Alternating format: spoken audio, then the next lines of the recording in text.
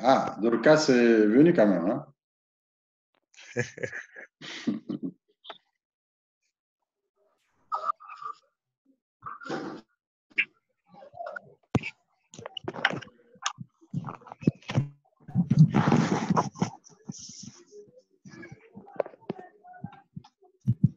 Okay, on peut continuer hein, parce qu'on n'a que 30 minutes. Hein? Voilà. Donc, je disais que nous sommes maintenant au point où nous sommes en train d'examiner si les trois facteurs sont suffisants. Et les tests nous montrent en fait que la valeur P est égale à 0,458, qui est inférieure à 0,05, les seuils que nous préférerions bien utiliser pour tester notre hypothèse. Alors, donc, en d'autres termes, on retient un modèle avec 3 facteurs. Mais il y a une possibilité, on se dit, est-ce que vraiment ce sont les 3 facteurs qu'il faut? Alors, on peut vérifier si, je vais faire une petite vidéo. Alors, vous pouvez vérifier, pour vous rassurer s'il faut exactement 3 facteurs. Bon, vous pouvez, par exemple, essayer de faire l'analyse des composantes principales pour voir si cela arriverait à retenir les mêmes nombres de facteurs. Alors, pour ce faire, nous allons essayer de faire l'ACP sur ces données ici. Vous savez que pour faire l'analyse en composante principale, il faut d'abord charger factor minor. Okay? C'est les packages qu'il faut pour faire. Bon, il n'y a pas que ça, mais c'est l'un des packages que nous utilisons. Alors, il faut d'abord les charger en mémoire. Et comme on dit, les packages factor minor a été compilés, machin. Voilà. Après que nous ayons eu les packages qu'il nous faut, alors on peut faire l'analyse composante principale sur les données que nous avons. Alors, la commande que j'ai utilisée, c'est celle-ci, SPV, et j'avais déjà montré comment je l'ai utilisé quand on a fait l'étude des composantes principales. Alors, j'ai ma composante principale, mais ce qui m'intéresse, je peux me montrer les résultats pour que vous puissiez voir. SPV, PCA. Voilà, j'ai les résultats. Comme vous savez, c'est sauvegardé dans des objets où il y a les eigenvalues, valeurs propres, ainsi de suite. Mais ce qui m'intéresse, ce sont les valeurs propres. Je veux voir quelles sont les valeurs propres, combien de valeurs propres peuvent expliquer les plus grandes proportions. Alors, à ce moment-là, je vais tout simplement passer la commande pour voir les valeurs propres. Je fais SPV, PCA. OK, et je demande qu'on me montre que R m'affiche les valeurs propres. C'est A pour les valeurs propres. Alors, en confirmant, voilà ce que j'ai comme résultat. Je pense que vous êtes en train de suivre. Hein? Oui. OK. Alors, vous voyez maintenant ce que je vois ici. En faisant l'analyse des composantes principales, il y a une règle, c'est la règle de Kaiser. Je ne sais pas si vous avez parlé de ça, qui dit qu'on ne retient que les valeurs propres dont la variance, dont la valeur est supérieure à 1. Alors, si nous suivons cette règle-là, on va se rendre compte qu'en fait, il n'y a que 2 composantes qui sont valides ici. Mais, à part le fait que vous pouvez faire l'analyse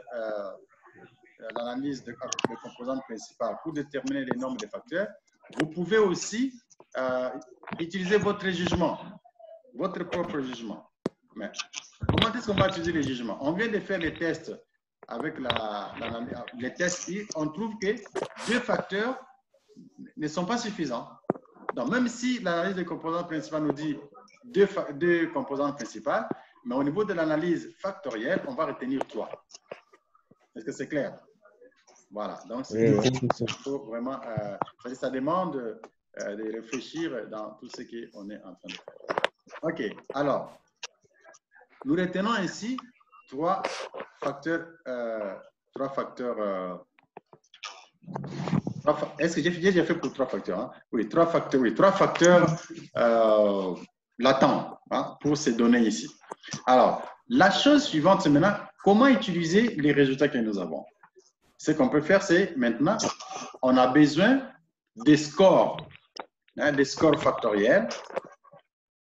Et pour ce faire, nous allons tout simplement passer la commande suivante. Je crois que vous voyez les commandes qui sont déjà là. On va passer la commande SPV, mais on ajoute quelque chose de plus, c'est qu'on va dire que les scores vont être retenus à partir de la régression. Donc, les scores qu'on va avoir, c'est à partir de la régression.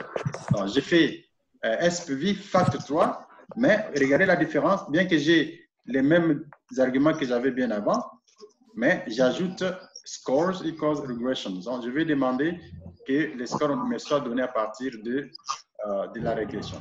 Alors, et à partir de là, je peux, mais rappelez-vous, dans les notes, j'avais souligné qu'il faut faire on peut faire la rotation factorielle, qui nous permet en fait d'avoir des résultats uniques, hein, des charges factorielles uniques pour chaque variable. Alors, dans l'estimation que je viens de faire, je n'ai pas encore mis ça, ok? Mais on peut encore voir SPV fact 3. Voilà, nous avons les résultats. Si vous remarquez très bien, c'est pratiquement les mêmes résultats que nous avons eu avant. Alors maintenant, ce que je vais faire ici, c'est de faire la rotation. La rotation, c'est pour d'abord faciliter l'interprétation des résultats, mais aussi de se rassurer que les facteurs sont orthogonaux, hein? C'est-à-dire sont non corrélés. Vous vous rappelez très bien, je vous ai donné l'exemple d'une matrice orthogonale dans les notes. C'est une matrice dont la transposée est égale à l'inverse. Alors, pour tenir compte, pour faire la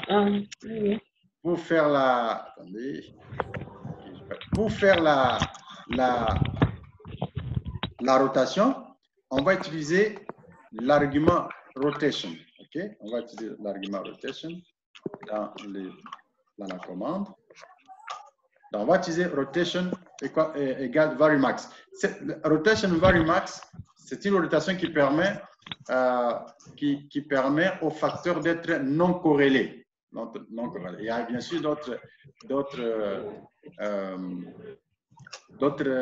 rotations qui permettent la corrélation entre les variables, les facteurs. Mais ici, nous utilisons une rotation qui fait que les facteurs soient non corrélés. Alors, si nous pouvons voir ça, SV, je n'ai pas encore SV3, mais maintenant ça contient une autre. Voilà, celui-là. Voilà, pratiquement, nous avons les mêmes résultats qu'avant, mais ici, il s'agit, on va en fait regarder au score. Mais avant d'y arriver, il y a quelque chose d'important que je vais vous faire voir. Parce qu'il faut savoir toujours donner une signification aux facteurs. Comment interprétez-vous les facteurs? C'est très important. Et l'interprétation des facteurs dépend des corrélations entre les variables et les facteurs. J'avais dit ça au niveau de la fois passée, je crois que j'avais dit ça. Alors, maintenant, comment est-ce que vous allez vous rendre compte de ça? Regardez ici les différentes charges factorielles qui sont là où je pointe. Alors, si vous remarquez très bien, vous allez vous rendre compte que la corrélation pour les facteurs 1, la corrélation est plus élevée pour M0 et W0. C'est 0,964 et 0,974. Alors, cela nous permet de donner une certaine interprétation à ces facteurs-là. Je sais que je n'ai pas envoyé ça dans les notes, mais vous pouvez... Alors, le premier facteur peut être en fait interprété comme l'espérance de vie à la naissance. Donc, ce facteur peut être interprété comme la force vitale à la naissance. Parce que c'est M0 qui est significatif et W0, on appelle ça, c'est l'espérance de vie à la naissance pour les hommes et pour les femmes. Alors, vous pouvez interpréter les premiers facteurs comme étant la force vitale à la naissance. Est-ce que c'est clair? Quand vous regardez maintenant les deuxièmes facteurs, ces deuxièmes facteurs, les valeurs sont plus élevées. Par exemple, pour les hommes, on voit et au niveau des 75 ans, ok, que la variance, la charge est plus élevée. Et pour les femmes, c'est 50 et 75. Donc, on peut dire là qu'il s'agit là de la force vitale des vieillards, hein, des gens qui sont déjà vieux, la force vitale des vieillards. Parce que donc, ces facteurs capturent la force vitale des vieillards. Mais quand vous regardez le troisième facteur, lui, il est aussi, les valeurs sont plus élevées maintenant pour les hommes. Mais facteur 1, c'est plus pour les femmes. Hein? Plus élevé pour les femmes. Mais facteur 3, c'est plus l'âge des hommes, les vieillards qui sont hommes en fait. Donc on peut dire, je peux résumer comme ceci. Les facteurs 1 résument la force vitale à la naissance. Les facteurs 2 résument la force vitale des vieillards, mais des femmes vieillards. Et les facteurs D résument la force vitale des hommes à l'âge avancé. Donc, vous voyez ça. Et ça, vous pouvez utiliser donc les scores liés à ces paramètres, à ces facteurs, pour les intégrer dans un modèle de régression où vous êtes en train de mesurer la force vitale. Oh, vous savez très bien que vous ne pouvez pas aller mesurer la force vitale des hommes. Vous dites ça, c'est la force vitale à la naissance. Non, c'est difficile. Mais ça, ce sont les facteurs latents qu'on peut obtenir à partir de l'analyse factorielle. Voilà. Alors, maintenant, comment obtenir les charges factorielles? Non. Une façon d'obtenir les charges factorielles, c'est tout simplement de faire un peu comme on a fait avec l'analyse composante principale. Donc, si vous mettez SPV et puis loading, hein, ce sont les loadings. Donc, on vous donne les mêmes informations qu'on a eues tout à l'heure dans l'ensemble, mais si vous avez besoin de ça de manière séparée, vous pouvez dire les noms de l'objet où se trouvent les résultats, signe de dollar, loadings. Hein, loadings qui signifie tout simplement qu'il s'agit de charges factorielles. Maintenant, comment alors obtenir les scores factoriels? Parce que les scores, on peut les utiliser, quoi que j'ai expliqué dans les notes, et ça représente vraiment les facteurs. Hein, ça mesure les facteurs. Donc, pour obtenir les scores factoriels, que vous pouvez analyser d'une façon ou d'une autre ou utiliser dans une autre analyse. Alors, ici, on va tout simplement ajouter score.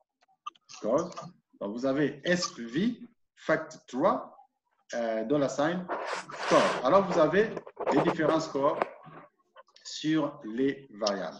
Donc, les différents pays qu'on a eu. Maintenant, on voit comment est-ce que les différents pays participent, contribuent aux facteurs. Alors, mais ça, ce sont les scores, les mesures en fait. Donc, vous voyez, ça, ce sont les mesures, les scores pour le premier facteur, deuxième facteur et troisième facteur. Et ces facteurs que nous avons obtenus, vous pouvez les utiliser dans d'autres analyses, soit une analyse de régression et d'autres analyses que vous pouvez entreprendre. Donc, brièvement, voilà comment nous pouvons faire l'analyse factorielle dans R. C'est en utilisant la fonction factanal qui est déjà, qui vient avec R quand vous installez. Et ça ne demande pas nécessairement un package quelconque. Alors, je ne sais pas s'il y a question. Avez-vous une question? Professeur. Oui. Je voudrais savoir, l'analyse factorielle est sur des données quantitatives. Oui. L'analyse factorielle exploratoire. Oui. Elle ne s'applique que sur des données quantitatives. Non, non, on peut aussi l'utiliser sur des données ordinales, c'est-à-dire où vous avez, par exemple, ça dépend des disciplines. Hein. Quand vous allez, par exemple, en psychologie, ces gens-là n'utilisent pas vraiment les données quantitatives, hein, ce sont les données qualitatives qu'ils utilisent. Et vous pouvez utiliser les variables mesurées sur ce qu'on appelle l'échelle de Likert. Hein. Quand vous posez des questions aux gens avec plusieurs possibilités, par exemple, vous dites les coronavirus entament la performance de l'économie. Et on propose les solutions. Je suis d'accord, je suis très d'accord, pas d'accord. Ces genres de questions-là, c'est ce qui est plus utilisé dans d'autres sciences. Et on peut, l'analyse factorielle s'applique aussi à cela. Oui. Autre question?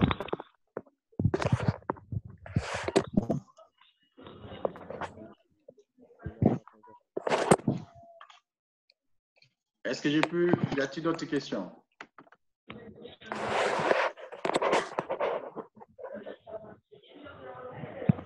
Où sont les dames? Jolie, Sandra, Dorcas, et les CP ne se fait plus entendre. Je suis là. Je laissé une question dans la conversation. Ah, j'ai pas vu parce que j'ai mis la vidéo. Alors, attendez, je vais voir ça. Where is the... Ok, une minute, je vais regarder.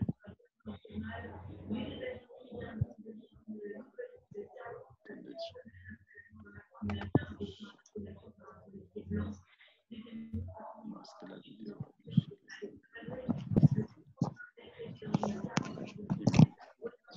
Bon, je vais peut-être agrandir mon truc ici.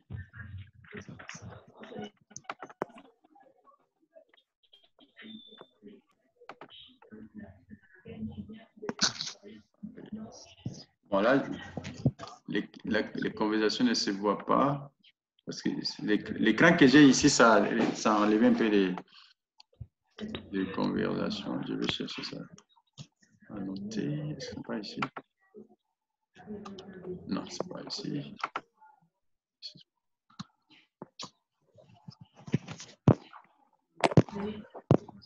Bon, là, je ne vois pas. Mais tu peux la prendre, tu peux donner la question, hein, parce que là, je ne vois pas. Je ne sais pas voir le.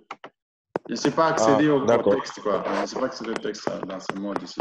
Parce que moi, comme je suis en train de faire l'enregistrement, hein, donc ça demande. Ah, ok. Oui, oui. Bon, je vais quand même la poser comme ça. Oui. En fait, quand on a travaillé avec le troisième facteur au niveau de test, on a trouvé qu'il fallait garder trois facteurs. On a trouvé qu'il fallait garder trois facteurs, contrairement à l'ACP qui garde deux facteurs avec le eigenvalue qui sont. En fait, l'ACP garde deux composantes. C'est pas vraiment la même chose. Deux composantes, hein? Oui, voilà. Il faut parler en termes de composantes. Ah, d'accord. En termes de composantes, alors on peut dire que le test U est le donné que nous avons du type 2 prime sur l'ACP. Dans ces cas-là, vous avez dit qu'il fallait. Non, je disais que si j'ai fait appel à l'ACP, c'est quand j'ai signalé qu'il y a toujours moyen de vérifier si réellement le nombre de facteurs que nous avons, qui nous est montré, est celui que nous devons utiliser. Alors, pour vérifier, on peut, parce qu'on peut toujours essayer d'un nombre de facteurs un peu plus élevé. Et maintenant, on vérifie si les trois que nous avons trouvés, c'est valable. Et en faisant l'ACP, l'ACP nous indique deux valeurs propres. Or, les tests I nous indiquent qu'avec deux facteurs, les modèles à deux facteurs ne représentent pas correctement les données. C'est ainsi que j'avais dit, il faut utiliser aussi notre jugement. En regardant les résultats de l'ACP et les résultats de l'analyse factorielle, on s'est dit, non, on adopte en fait ce qui nous est indiqué par l'analyse factorielle. Je ne sais pas si ça se fait. D'accord. Ok, je vous rejoins, j'ai compris. Ok. Ok. Y a-t-il quelqu'un d'autre qui a une question?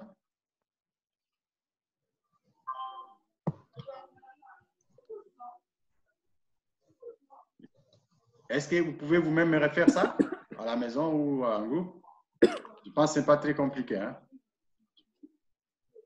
Oui, on va essayer. Voilà. Nous allons le faire. Ok.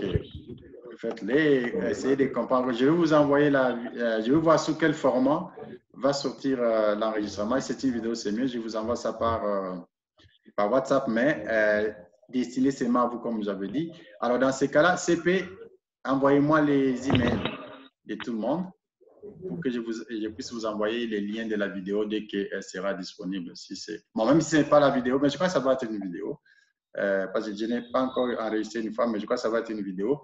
Donc, vous allez regarder ça. Je ne vais envoyer qu'à vous, mais je promets que je vais encore mettre une autre application qui sera disponible pour toute la chaîne et vous allez en fait profiter doublement. Ça ne sera pas avec cet exercice, ça sera un autre exercice. Donc, ça vous permettra de bénéficier doublement en fait de cet exercice-là. D'accord, donc envoyez les emails. Oui, envoyez-moi ceux qui ont suivi, envoyez les emails au CP, les CP me transfèrent ça. Et moi, je vais vous envoyer l'invitation pour la vidéo. Voilà. Je ne sais pas s'il y a une question. Moi, je crois que j'ai terminé ce que j'avais à dire. Je ne sais pas si vous avez une remarque ou une question avant qu'on ne se sépare. Il n'y a pas de questions, donc? Non, non, ça va. OK, ça va. Donc, je vous envoie l'enregistrement au courant de la journée. Et en attendant que les CP m'envoient les emails, bon, pas seulement les emails de ceux qui ont suivi, mais les emails de tout le monde, je crois. Hein? Vous qui avez ça. OK, bon. Alors, on se retrouve les jeudis. Ça sera avec l'analyse factorielle confirmatoire. Dites à tous les amis de télécharger le package que je vous avais indiqué au début de la séance. Donc, on se retrouve les jeudis. Au revoir. D'accord. Au revoir, professeur. Au revoir. Bonne journée. Merci pareillement. Bonne journée à vous. Au revoir. Merci. Bye. Bye bye. Merci, professeur. OK.